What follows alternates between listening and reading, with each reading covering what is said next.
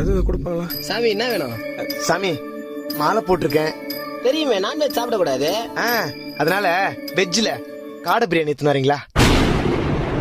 நான் கேட்டேன், வெஜ்ல காடை பிரியாணியா? இங்க வாடா, வேலை பாரு போ. பார்த்தா லூஸ் மாதிரி தெரியுது உனக்கு. மூஞ்ச பாரு.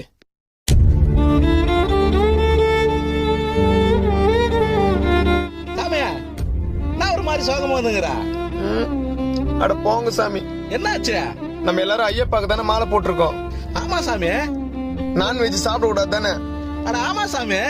4-5 கடை ஏறி இறங்கிட்டேன். வெஜ்ல நான் கேக்குற ஐட்டம் மட்டும் கிடைக்கவே இல்லை. சாமி இதுக்கா சோகமாகறா? நீ வா, எனக்கு தெரிஞ்ச பெரிய வெஜ் ஹோட்டல் இருக்கு. அங்க நீ கேக்குற எல்லா வெஜ் ஐட்டமும் கிடைக்கும். வா. இதுக்கு போயிட்டு அப்படியா?